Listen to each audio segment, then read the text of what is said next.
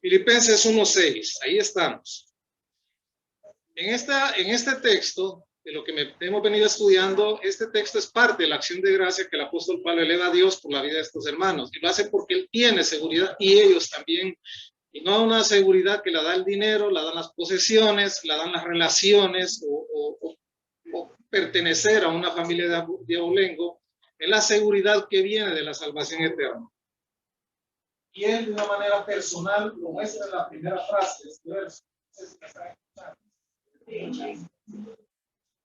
Estando persuadido de eso, él tiene esa convicción. Pero persuadir aquí en el original es por tiempo perfecto. Que nos muestra una acción que ha sido completada, pero que los resultados son permanentes. Yo estoy seguro que tengo la salvación eterna de Dios y la eterna de Dios y esto continuará hasta el final. Luego la segunda frase nos dice que el que comenzó en vosotros la buena obra. El apóstol Pablo está convencido al 100% que la obra de salvación de Dios quien la trabaja de una manera individual en el corazón de aquel que él atrae a él. Porque Dios salva de manera individual a los que creen en él. Una persona no es salva por venir a la iglesia. Una persona no es salva por saber los signos. Una persona no es salva por leer la Biblia. Una persona es salva porque Dios trabajó en su corazón y la trajo a él para que pudiera poner su confianza en el sacrificio de Cristo en la cruz del Calvario y poder ser salvo. Y luego la tercera frase de ese verso, para recordar, esa buena obra la va a perfeccionar hasta el día de Jesucristo. Dios tiene un compromiso asumido desde la eternidad de consumar la obra de su salvación con toda certeza y seguridad de aquellos que ha llamado delante de él. Y la va a llevar a una culminación perfecta, completa, en el más alto grado de perfección, que será el día, el micrófono se dirige.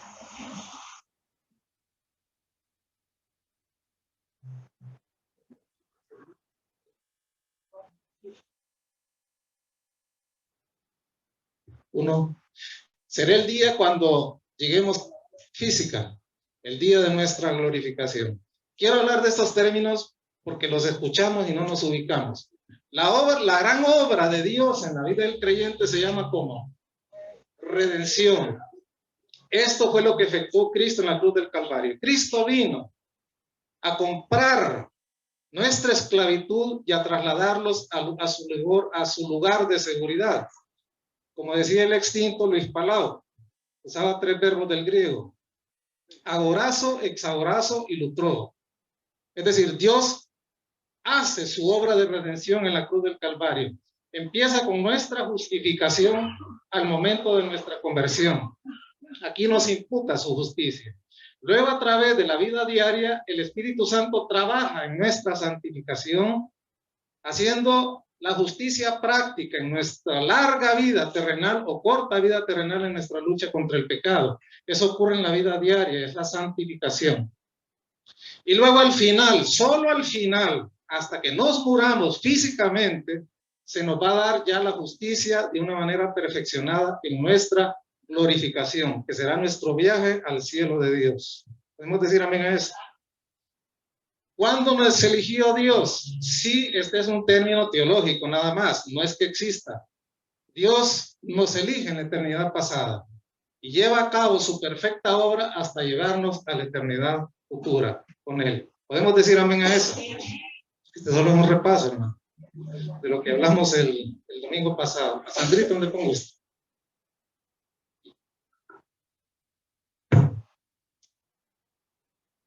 Regreso. Abren su Biblia, por favor, en el libro de Efesios,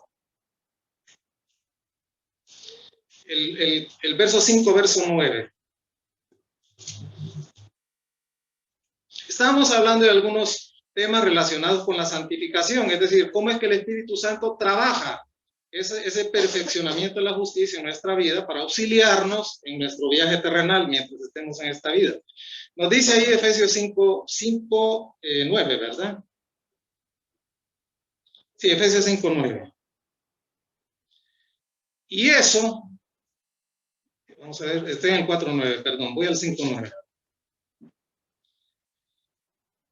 Porque el fruto del Espíritu es en toda bondad, justicia y verdad, Aquí fruto del Espíritu, literalmente debe de decirse el fruto de la luz.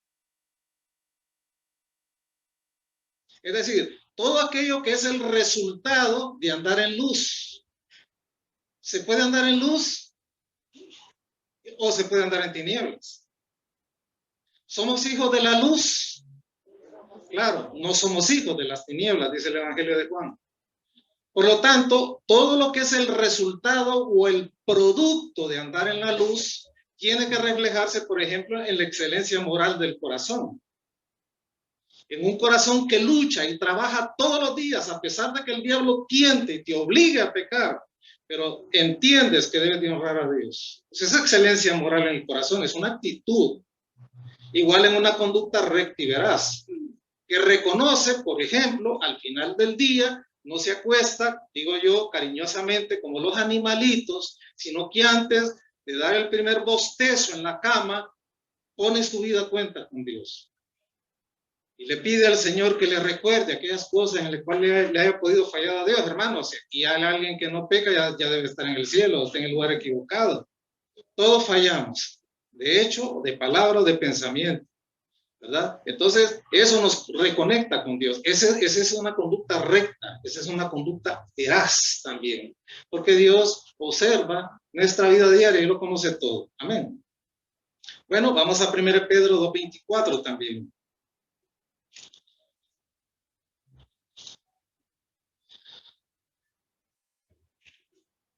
¿Quién es el que llevó? Cristo. ¿Quién llevó él mismo nuestros pecados en su cuerpo sobre el madero para que nosotros, estando muertos a los pecados, vivamos a la justicia? Y hay un reto, hermanos. Un reto en el sentido de que el Señor te salva, el Señor te redime, el Señor te imputa su justicia, que no mereces, pero que es su justicia merecida y por lo cual somos ahora aptos ante los ojos de Dios para que vivimos una vida recta. Es decir, todo creyente ha sido justificado, ha sido declarado justo. Todo creyente ha sido declarado justo. Y también debemos de entender que el castigo de nuestro pecado fue pagado con la muerte de Cristo. Pero que ahora hemos sido resucitados espiritualmente para andar en una nueva vida, en la presencia y en el poder del Espíritu Santo. Quien llevó él mismo nuestros pecados en su cuerpo sobre el madero, para que nosotros, estando muertos a los pecados, vivamos a la justicia, eso es parte del mismo texto que antecede, y por cuya herida fuisteis sanados. Este es uno de los textos más mal utilizados por los creyentes modernos, porque lo utilizan para sanidad divina. ¿Sabe qué está diciendo aquí la palabra de Dios, hermanos? Que Dios nos ha dado sanación espiritual de la enfermedad mortal del pecado. Solo Dios puede sanar el alma corrompida, la naturaleza caída del hombre, y darle sanidad espiritual de la enfermedad mortal del pecado que lleva al infierno, hermanos. Es lo que dice la palabra de Dios aquí. La sanidad física vendrá, la liberación física de todo tipo de enfermedad vendrá hasta nuestra glorificación. ¿Por qué? Porque ahí ya no habrá más dolor, no habrá más enfermedad y tampoco habrá muerte. ¿Podemos decir amén a eso? Aquí podemos recibir sanidad parcialmente de Dios. Yo he orado por enfermos, yo los he visto sanar, pero también he visto a otros morir. Y hemos orado, hermano. Y hemos caído casi en la tentación de querer torcerle el brazo a Dios para que sane a la fuerza a una persona. Sin embargo, se va. Porque esa liberación de la enfermedad física solo vendrá hasta el momento de la liberación. Cuando los creyentes dicen, mi abuelita está allá y yo sé que está llorando porque no me ve. Mira, hermano, las lágrimas no son del cielo. Ni el dolor, ni el sufrir, ni la traición. Todo eso es de la tierra.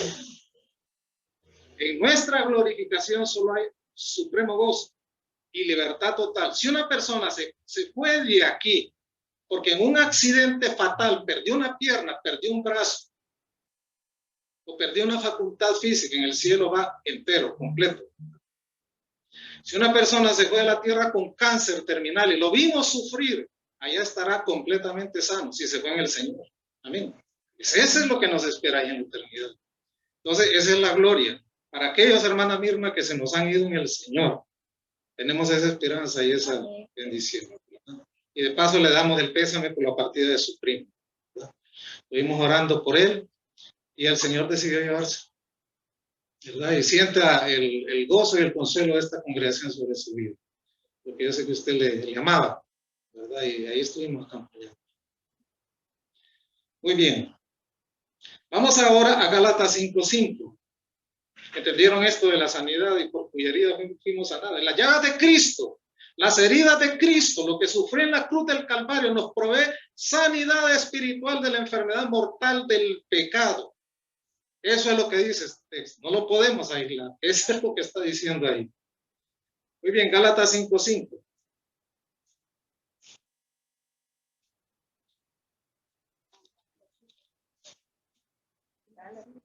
¿Cómo nos cuesta aprender, hermano? Y a veces utilizar bien la palabra. Hermano, esta iglesia se predica la palabra de Dios. Y así procuramos hacerlo en lo que cantamos y en lo que predicamos. Por eso nuestra identidad litúrgica es esa. Desde que usted entra y escucha dos himnos, ya saben qué tipo de iglesia está, no se pierde. Bueno, vamos a Gálatas 5:5. Pues nosotros, por el Espíritu, aguardamos por fe la esperanza de la justicia. Ajá, y si he sido justificado, entonces ¿por qué tengo que aguardar justicia? Bueno, bien sencillo. Porque al momento de mi salvación, yo fui justificado. Y ese es un hecho irreversible. Esa es una gran verdad. No la digo yo, lo dice la palabra de Dios. Pero la justicia perfecta todavía no la tengo. Sino hasta que sea glorificado. Ahí se me va a entregar la justicia perfecta.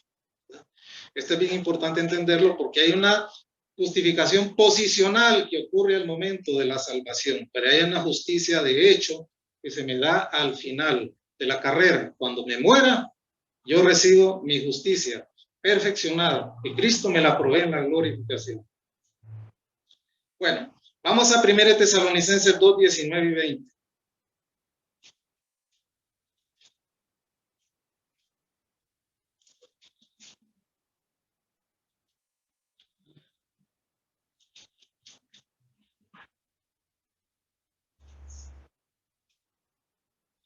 Porque ¿cuál es nuestra esperanza o gozo o corona de que me gloríe?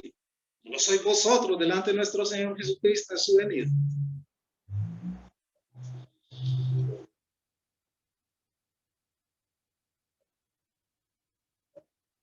Qué corona, ¿verdad, hermanos?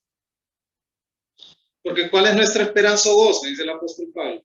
O corona de que me gloríe. ¿No lo sois vosotros delante de nuestro Señor Jesucristo en su venida?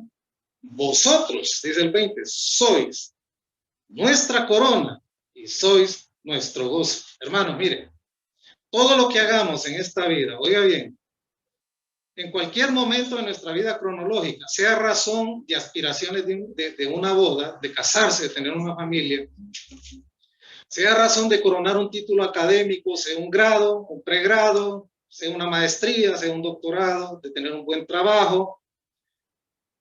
En el caso del creyente, toda acción, toda meta y todo propósito en la vida debe ir deslindándose de los egoísmos y de las codicias de este mundo y orientarse a la eternidad, porque nada de eso se va a sacar de esta tierra. Sin embargo, el resultado de cualquier esfuerzo que hagamos en la vida, razón de nuestra propia vida, de nuestra propia familia, de nuestro propio entorno, puede capitalizar a la eternidad a razón de las personas a las cuales llevemos a los pies de Cristo. Podemos decir amén a eso. Aquí el apóstol Pablo compara la vida eterna con la diadema, con la corona que se entregaba en las competencias atléticas. Y habla de ella, por ejemplo, vamos a hablar de algunas coronas como la corona de justicia. Vamos a 1 Corintios 9:25. Hay varias coronas, aquí vamos a hablar de 5 por lo menos. 1 Corintios 9:25. Todo aquel que lucha, dice el apóstol Pablo, ¿qué pasa? De todo se abstiene. Ellos la verdad para recibir una corona corruptible, pero nosotros una que incorruptible. Un atleta, hermanos, tiene un régimen de dieta, no come cualquier cosa, no anda comiendo chicharrones todos los días, ni taquis, ni Coca-Colas, ni hamburguesas, ni comidas rápidas. Tiene un régimen de dieta estricto, lo que le puede ayudar a construir masa muscular y potencia de desarrollo y de desempeño. ¿Por qué? Porque aspira a una meta, se prepara con tiempo. Igual ocurre con el creyente. La carrera para el creyente es una preparación atlética, hermanos. Si el apóstol Pablo lo dijo, el ejercicio corporal para poco es provechoso, pero el espiritual para todo aprovecha. Sorpréndase, mire, yo sigo la secuencia, hermanos, de las excavaciones alrededor de Pompeya y Herculano, que son dos ciudades que Dios en su sabiduría ha preservado para darnos una lección. Todo lo que van excavando, porque son cenizas volcánicas suaves, van descubriendo la vida en esas ciudades. Y sorpréndase, por lo menos cada cuadra había un gimnasio, como ahora. Es una de las presiones que tienen los jóvenes ahora. ¿Sí o no? Vientre plano, las jóvenes y los muchachos. Grandotes, aunque las piernitas sean así, ¿verdad? ¿Sabe qué nos está diciendo aquí el apóstol Pablo? Que para esa corona incorruptible de gloria se necesita dominio propio. Ese es el resumen. Abstinencia. Esa es la palabra. O sea, cualquier creyente en este mundo tiene opciones de hacer lo que hace toda la gente, pero no lo hacemos. ¿Por qué? Porque sabemos que un día tendremos que presentarnos ante el tribunal de Cristo. ¿Te das cuentas? Amén. Estamos trabajando para la eternidad. Esa es la gran diferencia. Estamos trabajando por la eternidad, no para agradar a los hombres o a las personas que amamos, que están a nuestro alrededor. Amamos a Cristo sobre cualquier otro. Amor. ¿Cierto? Por lo tanto, nos estamos preparando para la eternidad. Esa es la corona incorruptible. Bueno, otra corona, la corona de justicia. ¿Qué celebra la corona de justicia? La victoria y la salvación sobre la iniquidad. Vamos a 2 Timoteo 4:8. Por lo demás, me está guardada la corona de justicia, la cual me dará el Señor juez justo en aquel día, y no solo a mí, sino también a todos los que aman su venida. ¿Qué está de fondo aquí? La justicia eterna de Dios, la que Él ganó en la cruz del Calvario. Y voy a hablar del resumen de esas 3 palabras que están en negro en esa pizarra.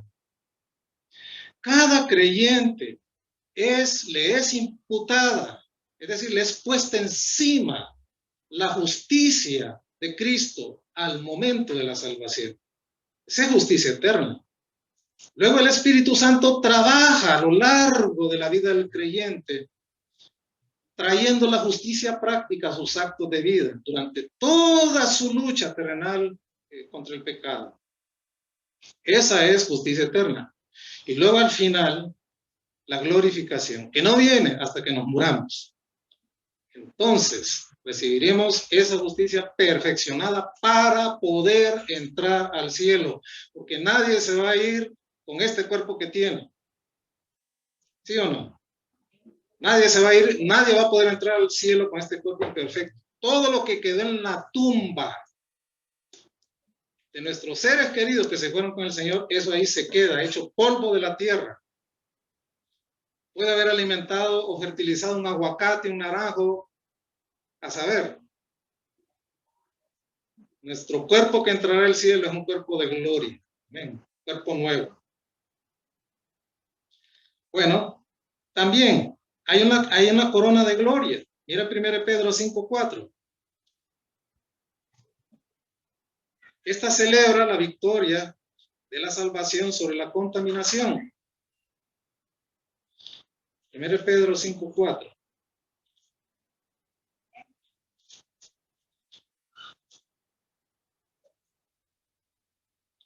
Y cuando aparezca, mire qué lindo el título que le ponen al Señor, el príncipe de los pastores. Hablándole a los pastores, vosotros recibiréis la corona incorruptible de gloria. Un día el príncipe de los pastores aparecerá Y entonces va a someter a evaluación el ministerio de los pastores ante su tribunal soberano. Esa corona es una corona de gloria eterna, la que espera todo aquel que sirve a Cristo y no evadió el llamado de Dios, sino que respondió a él y fue hacia adelante con él. También está la corona de vida. Vamos a Santiago 1:2.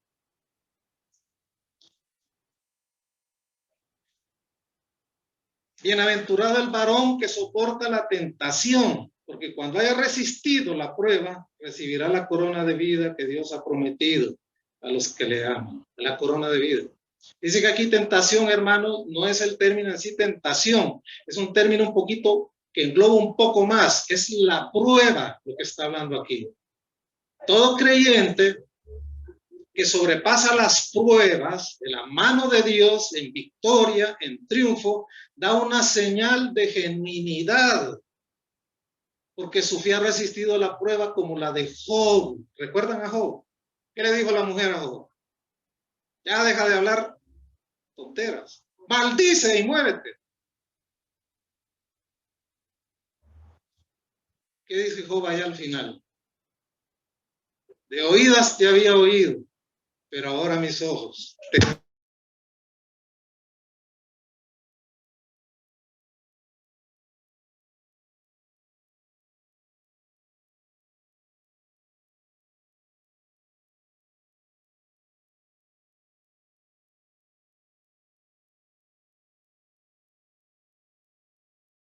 Final. Sí. Recibió mucho más de lo que tenía. Dice que las hijas que tuvo Job fueron feísimas. Y el doble de lo que había recibido. Vamos a Apocalipsis, capítulo 2, verso 10.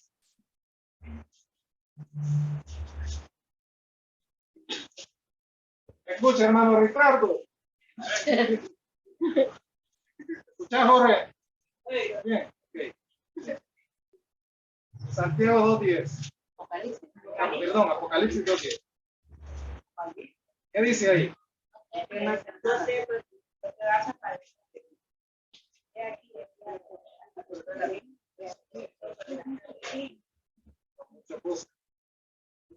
No temas de nada. En nada, en lo que vas a padecer. He aquí el diablo echará a algunos de vosotros en la cárcel para que seáis probados y tendréis tribulación por 10 días. Punto. Empieza. Sed fiel hasta la muerte y te daré la corona de la vida. La vida misma, en este caso, hermano, nos es por botín. Esa es la corona, esa es la recompensa. No es que tengamos que trabajar para ganar nuestra salvación. Lo que sencillamente es el compromiso de Dios por darnos la vida, por llegar hasta el final de fidelidad al Señor, no a causa de la fidelidad, sino el sacrificio de Cristo. Es una corona para adornar la cabeza, es la vida misma. Nos dice aquí 1 Tesalonicenses 2:19 y 20. Porque ¿cuál es nuestra esperanza o corona de que me gloríe? Hemos visto 5 coronas ahí. ¿No lo sois vosotros delante del Señor Jesucristo en su venida? ¿A qué venida se refiere el apóstol Pablo ahí? Vaya a 1 Corintios 16:17.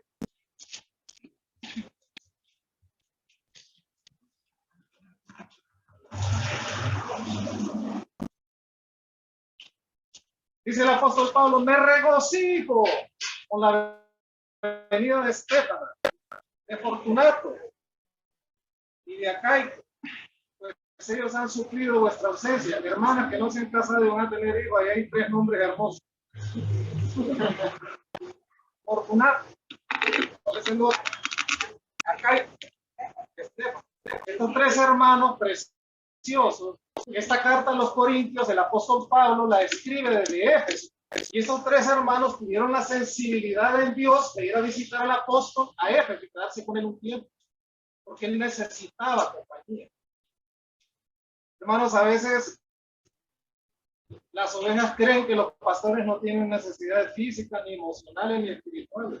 El pastor es un ser humano como cualquiera, se cansa, le dan ataques de nervios, se frustra, le da ataques de ansiedad, necesita compañía. Estos 3 hermanos fueron a acompañar a la apóstol. Le dice a los hermanos de Corinto, porque estos hermanos de Corinto le estaban dando problemas a la apóstol. Y le dice él de la siguiente manera: reciban a estos hermanos con honra a causa del trabajo que están haciendo. Mire qué linda la obra que habían hecho estos hermanos ahí. Confortaron mi espíritu y el vuestro reconocer a tales personas. Qué lindo tener hermanos así. Ese es un momento de llegada, ¿verdad? Eso es lo que significa parusía, es la venida del Señor. El término del griego es parusía. Esa es la venida del Señor, es presencia física. El apóstol Pablo, de alguna u otra manera, experimentó esa parusía con estos 3 hermanos que lo fueron a visitar a él. Es el momento de la llegada por fin que se dio ahí. Vaya usted también a 2 Corintios 7:6. Adelante.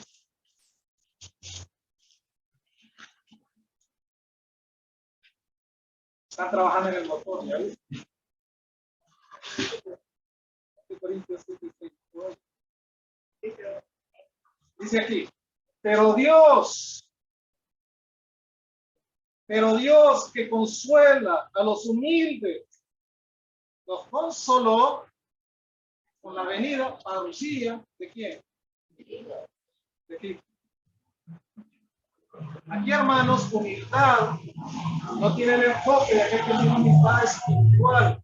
¿Han conocido ustedes a personas que tienen humildad espiritual? Yo sí conozco varios. Aquí entre ustedes hay muchos. Es que no todos la tengan. En un grado mayor o menor, la humildad espiritual se manifiesta en la sumisión, en la obediencia, no cuestionar lo que es obvio, que Dios ha enviado, etc. ¿Sabe de qué está hablando el apóstol Pablo? ¿De qué tipo de humildad está hablando? De una persona que ha sido humillada, literalmente. Una persona que con esa humillación lo están enviando al fondo de la botella.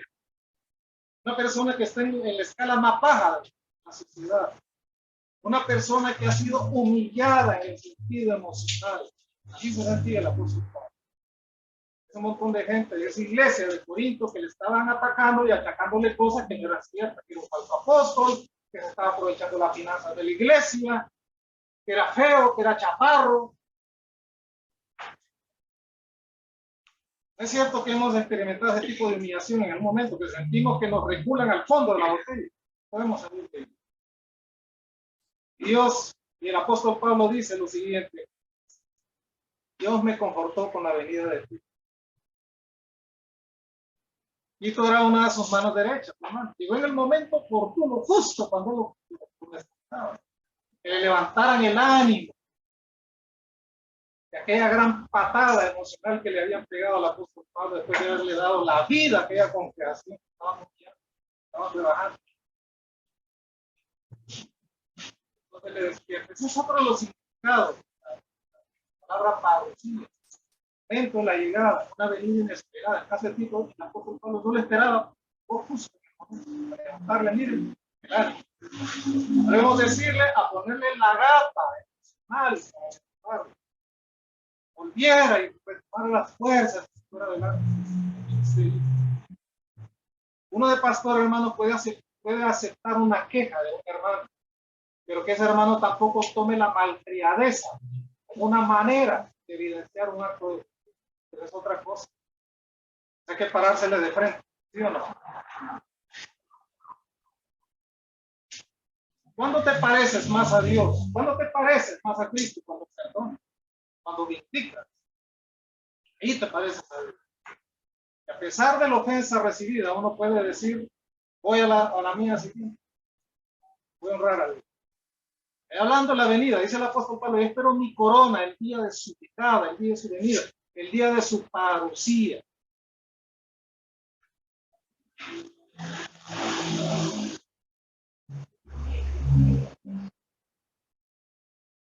Vamos a 1 Tesalonicenses 4. Vamos a hablar de ese día.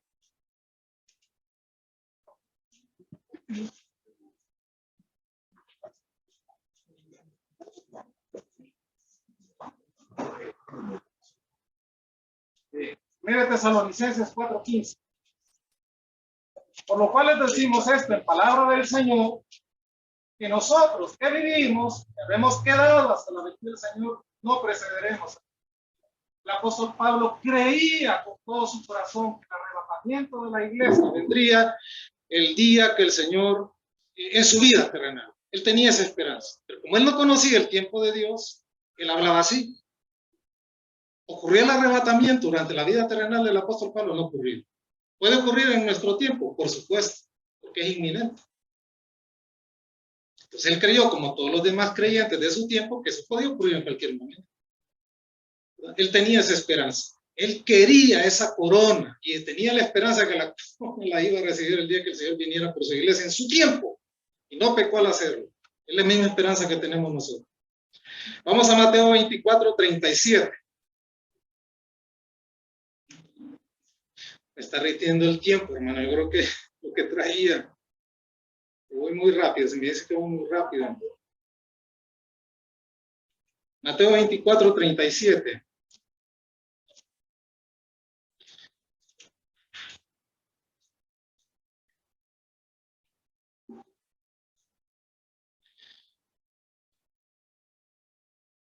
Más como en los días de Noé, así será la venida del Hijo del Hombre. Fíjese que el énfasis que está haciendo Cristo en este pasaje no es tanto refiriéndose a la extremada maldad que había en los días de Noé, sino más bien a la preocupación de la gente de ese tiempo por las cosas mundanas de la vida diaria. ¿Qué estaban haciendo? El verso 38. Porque como en los días del diluvio estaban ¿qué? Comiendo. Iban a echarse su tacita de café al expreso. Después iban al food court a echarse a Santa Lucía o a cualquier otro lado, a echarse un asadito, una hamburguesa, papitas fritas. Eso estaban haciendo. Preparándose la comida para la boda, para el cumpleaños. ¿Qué más? Estaban comiendo. También estaban bebiendo. Es increíble, hermanos. Hoy usted va a un supermercado y las mujeres de cualquier edad no les falta en la carretilla la cerveza.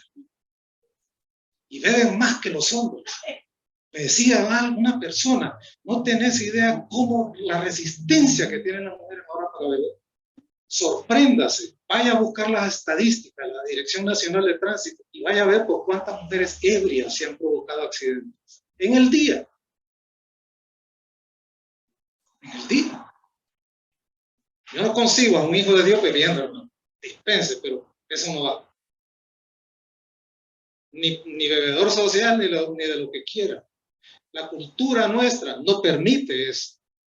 Un creyente tiene que desprenderse de esas cosas y hacer diferencia donde esté. Ni en cumpleaños siquiera. ¿Qué otra cosa estaban haciendo? ¿Qué más estaban haciendo? Casándose y dándose en casamiento. Hasta el día en que entró Noé en el arca. Pasaban viendo novelas turcas, pasaban viendo novelas de narcos, Mario Bros. Así estaban los cines, miren la época de Noé. Los restaurantes, las moles estaban, no cabían en las escaleras eléctricas. Viajes en crucero, ¿no? Mire, esos viajes en crucero, hermanos, son un desmadre completo. Me decía alguien que participó de eso. Es un desmadre, es una sodoma, me decía, hay una bomba. Que voy aquí, que voy allá, que el viaje aquí, que voy allá. Mire, cuando el diluvio vino repentinamente, en el día de Noé, en la parucía de Noé,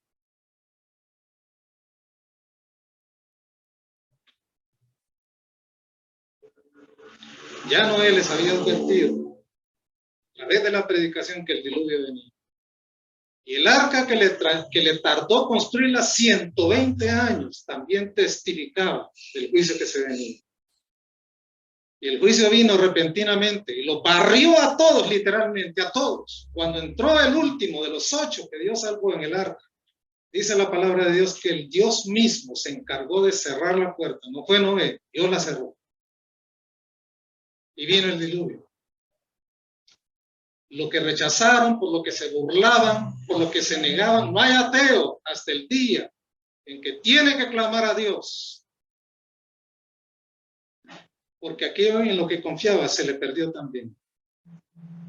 Y lo barrió a todos, literalmente. Así vendrá el Señor también.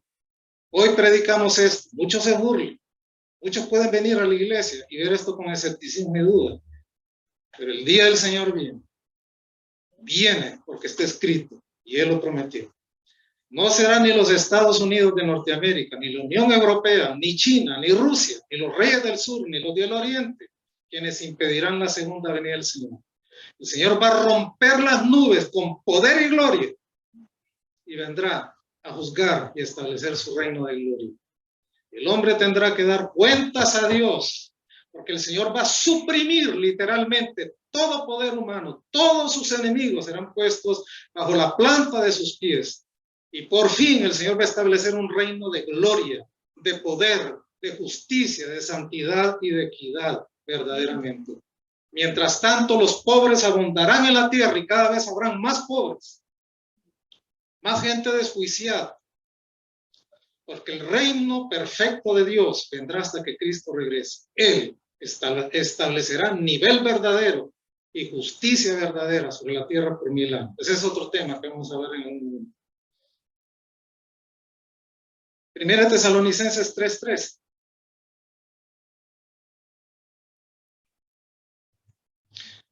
¿Estamos entendiendo, hermanos?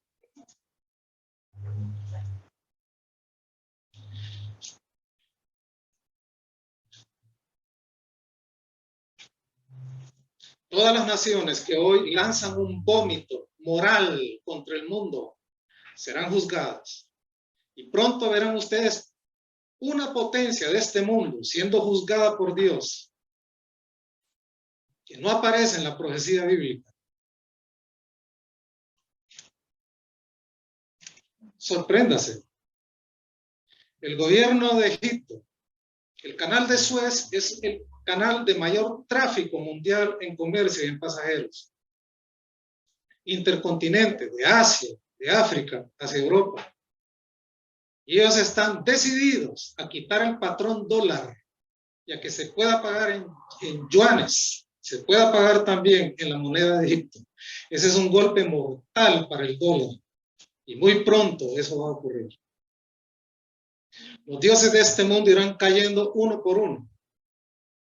Y este es el preámbulo. No es el principio de dolores. El principio de dolores empieza hasta en el inicio de la gran tribulación. Pero esto nos va, como decía el hermano Augusto en su enseñanza el día jueves, es como un mini ensayo de Dios, mostrándole al mundo que viene serio. Y sus juicios también. Primera Tesalonicenses 3:3. Para que sean afirmados vuestros corazones, irreprensibles en santidad, delante de Dios nuestro Padre, subrayen su Biblia, en la parucía, en la venida de nuestro 3:13. Ahí estoy. ¿Dónde están ustedes? Bueno, en 3:13. ¿Estamos bien?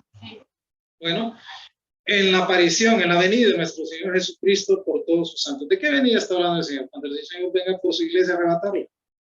Nos va a llevar al cielo, a toda su iglesia, para que estemos disfrutando de su presencia. Amén.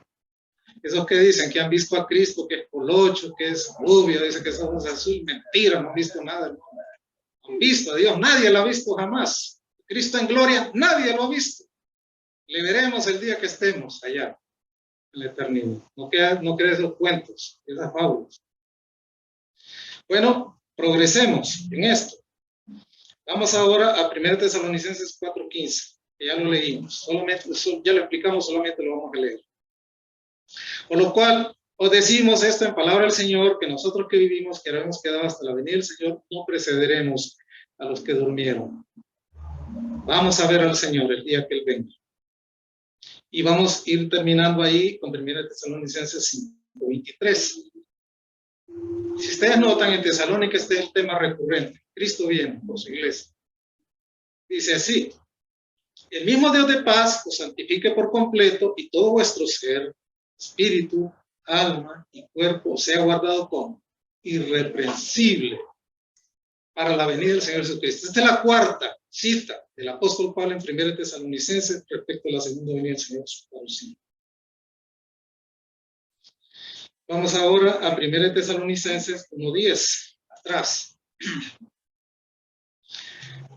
Me encanta este texto por la forma como se refiere el apóstol Pablo a la venida del Señor. Dice así: y esperar de los cielos, ¿a quién? A su Hijo, el cual resucitó de los muertos, a Jesús, quien nos libra de la ira venidera. Este es el tema recurrente en 1 Tesalonicenses. Cristo viene. Y el sentir del apóstol Pablo, lo repito y lo reitero, que el Señor venía en su vida. Él creía que en su tiempo iba a venir. ¿Por qué? Porque toda esa carta nos dice que la liberación divina es inminente, o sea, la venida del Señor por su iglesia. ¿De qué nos libra el Señor? La ira venidera. Bueno, puede ser de un peligro presente. ¿Cuántos han sido librados de caer de bruces en el lodazal? Levante la mano. Yo, en algún momento. O impedidos por lo menos de que el golpe sea suave. Siempre cae, pero suave. Puede referirse también a ser librado de la ira temporal del Señor que Él va a derramar en las 3 series de juicio durante la gran tribulación, los sellos, las trompetas y las copas. ¿Lo recuerdan? Pero yo pienso que aquí se refiere a lo siguiente: la salvación del pecado. Gloria a Dios por su salvación eterna, que nos libra de la ira de Dios, de ir al infierno de fuego. Eso es lo que en realidad dice aquí.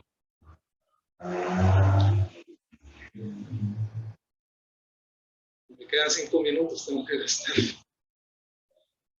Voy a hablarles de un hombre de Dios. Se llamaba Samuel Rutherford. Fue uno de los grandes hombres de Dios en el siglo XVI, allá por 1615, 1630 y para allá. Este hombre fue uno de los líderes de la iglesia en Escocia. Escocia dio infinidad de hombres de Dios. A Samuel Rutherford tuvo que luchar contra la corriente por sus escritos. Se fue también contra los reyes de su tiempo, con la palabra de Dios en la mano. Y cuando Samuel Rutherford fue preso en su ciudad, en Aberdeen, él pensó lo siguiente: estaba enfrentando la muerte. Al final lo llevaron a la hoguera, murió quemado, sirvió como combustible en la hoguera. Y él dijo lo siguiente: saco a luz esto, hermano, porque Spurgeon se refirió a él. Spurgeon fue 2 siglos después, 1800 al final. Y Spurgeon decía que de todos los escritos que él había leído, desde la pre-reforma, reforma y todo lo demás, incluyendo los de Calvino, lo que más le habían tocado eran los de Samuel Rutherford. Porque él decía Spurgeon, que había una inspiración de Dios en lo que este hombre escribía. Y ahí, justo antes de llegar a la hoguera, allí en esa cárcel, Samuel Rutherford dijo lo siguiente, y pensó en voz alta y dijo algo así: si alguno de aquellos hermanos queridos que en vida habían sido parte de aquella amada iglesia que él había pastoreado, el momento que él llegara al cielo fuera uno de los que le recibiera, la gloria de Dios para él, la gloria eterna para él sería el doble.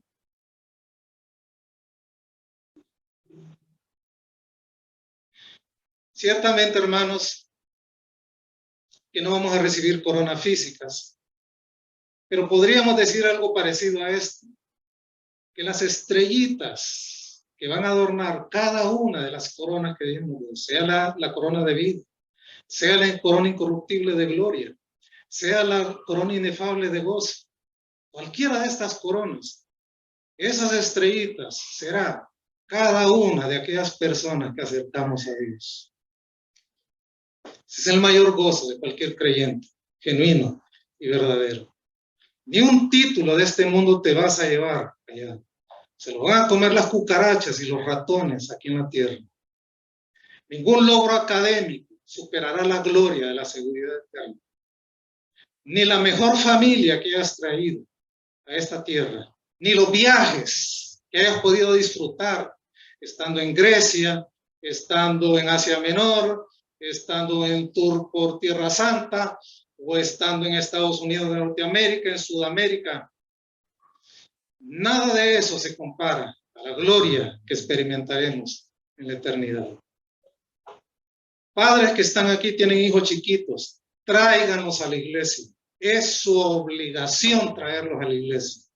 Los hijos hoy están experimentando peligros que ustedes ni se imaginan. Prefieren entretenerlos con una tablet o con un celular que hablarles de la palabra de Dios y del Señor. No cometan ese error. Están tirando a sus hijos al pecado.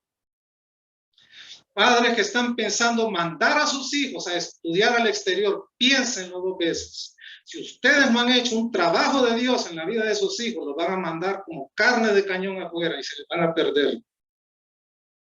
En Canadá hay 35 orientaciones sexuales aprobadas dentro del país. Y hoy se multa con $25,000 a una persona que está hablando en contra de la igualdad de género, ya como ley en el país. En Estados Unidos de Norteamérica, vaya a los baños de Target, una de las cadenas más grandes de ventas, y va a encontrar los 3 baños ya. Y otros supermercados en Estados Unidos, cadenas grandes también, ya permiten a hombres y mujeres utilizar indistintamente los baños. Es un vómito infernal, hermanos. Y tenemos que ser cuerdos, tenemos que ser sensatos. Piensa en la eternidad, hermano. El día que el Señor lo llame a dar cuentas a Dios, le va a preguntar qué hizo con sus hijos y cuánto de Cristo les habló a ellos. De alguna u otra manera es mejor estar en este país comiendo salteado, pero todavía con ciertos controles. Este país no se va a escapar de esto. Me decía un hermano que fue en uno de los bancos grandes, gerente local de uno de los bancos aquí en Tegucigalpa. Lo mandaron a un entrenamiento a Alemania. Estuvo 6 meses. Venía horrorizado.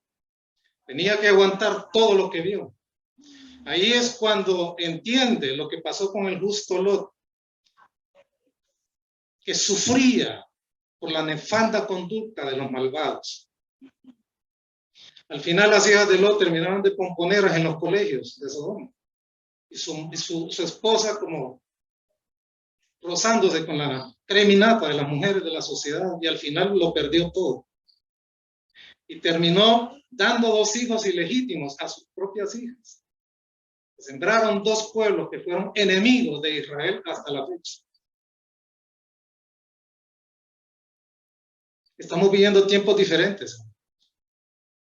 Y tenemos que ser sensatos con lo que hagamos, especialmente mi carga, padres, con sus hijos. ¿Cómo usted le va a exigir a un hijo que vaya a la iglesia si usted no viene?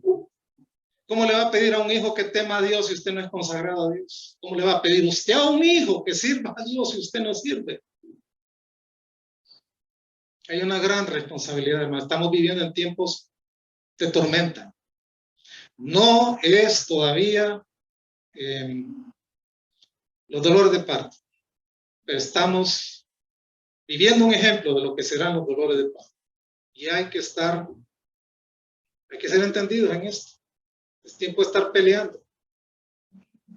Es tiempo de estar boicoteando lo que la iglesia hace. Tiempo de apoyar, de meterse de cabeza, de apoyar la obra de Dios y de hacer la obra de Dios. ¿Podemos decir amén a eso? Es la verdad, hermanos. Es la verdad. Dios no te va a preguntar por tus títulos, ni dónde estuviste, ni dónde viviste. ¿Qué hiciste con tu vida? ¿Podemos decir amén a eso? Puestos en pie. Oremos.